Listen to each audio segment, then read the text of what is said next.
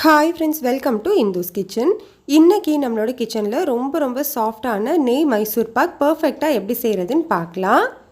First நம்ம இதை செய்கிறதுக்காக நெய்யையும் எண்ணெயும் சூடுபடுத்தி எடுத்துக்கணும். அதுக்காக ஒரு பாத்திரத்தில் மெஷரிங் கப்பில் 1 கப் அளவு உருக்குன நெய் சேர்த்துக்கோங்க. நீங்கள் எந்த கப்பில் கடலை மாவு எடுக்கிறீங்களோ அதே கப்லேயே மற்ற எல்லா பொருட்களையுமே மெஷர் பண்ணிக்கோங்க. 1 கப் அளவு கடலை மாவுக்கு 1 கப் அளவு நெய், 1/2 கப் அளவு வாசனை இல்லாத சமையல் எண்ணெய் சேர்த்துக்கிறேன். உங்களுக்கு எண்ணெய் சேர்க்க விருப்பம் இல்லை அப்படின்னா நீங்கள் 1/2 கப்புமே உருக்குன நெய் சேர்த்துக்கலாம். இல்லை நெய் குறைவாக சேர்த்துக்கணும் அப்படின்னு நினச்சிங்கன்னா பாதி நெய் பாதி அளவு எண்ணெய் கூட சேர்த்துக்கலாம். இது ரெண்டையுமே ஒரு 2 நிமிஷத்துக்கு மட்டும் சூடுபடுத்திக்கோங்க. இந்த மாதிரி பபிள்ஸ் மாதிரி வருதில்ல, இந்த டைமில் நம்ம ஸ்டவ் ஆஃப் பண்ணி தனியாக வச்சுக்கணும். ஆயில் ரொம்ப ஹீட் ஆகிடுச்சு அப்படின்னா மைசூர் பாக் சாஃப்டாக கிடைக்காது. அடுத்தது நம்ம மாவு சலிச்சு எடுத்துக்கலாம். அதுக்காக ஒரு பவுலில் மெஷரிங் கப்பில் 1 கப் அளவு கடலை மாவு சேர்த்து அதை அந்த மாதிரி நல்லா சலிச்சு எடுத்துக்கோங்க. இந்த மாதிரி நம்ம சலிக்கும் போது நம்மளுக்கு கட்டிகள் எல்லாமே சரியாயிடும். அதே மாதிரி மாவும் நல்லா ஃபைன் பவுடராக கிடைக்கும். இப்போ நம்ம சலிச்சு வச்சுருக்கிற கடலை மாவில் சூடுபடுத்தி வச்சுருக்கிற அந்த நெய் எண்ணெய் கலவையில் ஒரு 1/2 கப் அளவு மட்டும் சேர்த்துக்கோங்க.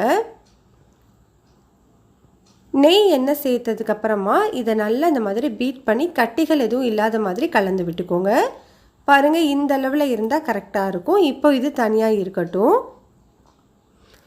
அடுத்தது நம்ம எந்த பாத்திரத்தில் நம்ம மைசூர் பாக் செய்ய போகிறோமோ அந்த பாத்திரத்தில் நெய் தடவி ரெடியாக வச்சுக்கணும். அப்போது தான் நம்மளுக்கு ரெடியான உடனே இதில் கொட்ட முடியும்.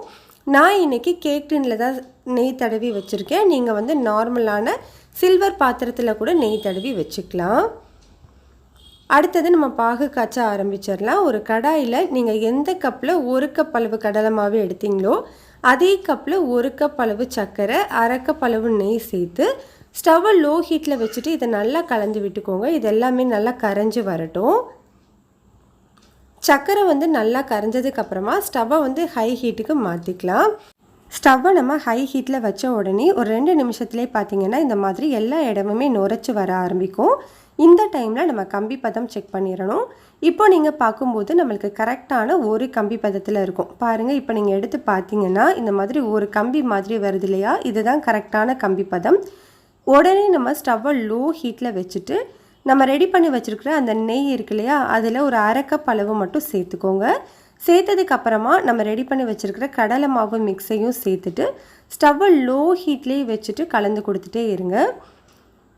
கையெடுக்காமல் கலந்து கொடுத்துட்டே இருக்கணும். இடையில நெய் சேர்த்துக்கோங்க. நம்ம இந்த மைசூர் பாக் செஞ்சு முடிக்கிற வரைக்குமே நம்ம ஸ்டவ்வை லோ ஹீட்லேயே வச்சு தான் கிளறி கொடுக்கணும். கொஞ்ச நேரத்துலேயே பார்த்தீங்கன்னா உங்களுக்கு கடலை மாவு எல்லாமே வெந்து இந்த மாதிரி குவான்டிட்டி அதிகமாகும். நான் மொத்த நெய்யையுமே சேர்த்துட்டேன். சேர்த்ததுக்கப்புறமா பாருங்கள், நம்மளுக்கு எல்லாம் நல்லா ஒன்று சேர்ந்து வந்திருக்கு. நல்லா இந்த மாதிரி நுரைச்சி ஓரங்கள் எல்லாமே நுரைச்சி வந்த உடனே நம்ம ஸ்டவ்வை ஆஃப் பண்ணிடலாம்.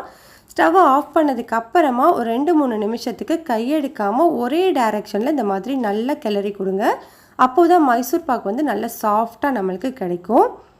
இப்போ நான் ஒரு 2-3 நிமிஷத்துக்கு கலந்துருக்கேன். பாருங்கள், நம்மளுக்கு ஒரு திக்கான களி மாதிரி இருக்குது பாருங்கள். இதுதான் கரெக்டான கன்சிஸ்டன்சி. இந்த டைமில் நம்ம ரெடி பண்ணி வச்சுருக்கிறோம் இல்லையா நெய் தடவி, அந்த பாத்திரத்தில் நம்ம அந்த மாவை ஊற்றிடலாம். இந்த மாதிரி உங்களுக்கு ரிப்பன் மாதிரி விழுகணும். மாவு கொஞ்சம் திக்காகவும் இருக்கணும். அப்போது தான் நம்மளுக்கு பர்ஃபெக்டான நெய் மைசூர் பாக் கிடைக்கும்.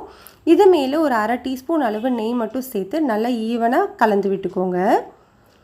இப்போ இதை அப்படியே ஒரு 1 மணி நேரத்துக்கு விட்டுறலாம். கொஞ்சம் ஆறட்டும். ஆறினதுக்கப்புறமா இந்த பாத்திரத்தை அப்படியே ஒரு பிளேட்டில் கவுத்தி விட்டுக்கோங்க. இப்போ நீங்கள் எடுத்தீங்க அப்படின்னா உங்களுக்கு கஷ்டமே இல்லாமல் அப்படியே ஈஸியாக வந்துடும். இப்போ நம்ம உங்களுக்கு விருப்பமான சைஸஸில் பீசஸ் போட்டுக்கலாம். நான் இந்த மாதிரி லைனில் கட் பண்ணிக்கிறேன். அதுக்கப்புறமா அப்படியே 2ஆக கட் பண்ணி விட்டுக்கிறேன். உங்களுக்கு எந்த சைஸில் வேணுமோ அதுக்கேற்ற மாதிரி நீங்கள் மைசூர் பாக்கை கட் பண்ணி எடுத்துக்கலாம். அவ்வளோதான், நம்மளுக்கு சூப்பரான சாஃப்டான நெய் மைசூர் பாக் ரெடி ஆகிடுச்சு. உங்களுக்கு பார்க்கும்போதே தெரியும் எவ்வளோ சாஃப்டாக இருக்குது பாருங்கள். கண்டிப்பாக இதை நீங்கள் ட்ரை பண்ணி பாருங்கள். இந்த ரெசிபி உங்களுக்கு பிடிச்சிருந்ததுன்னா லைக் பண்ணுங்கள், ஷேர் பண்ணுங்கள், கமெண்ட் பண்ணுங்கள். மறக்காமல் இந்துஸ் கிச்சனை சப்ஸ்கிரைப் பண்ணிவிட்டு கூடவே பெல் பட்டனையும் கிளிக் பண்ணிக்கோங்க.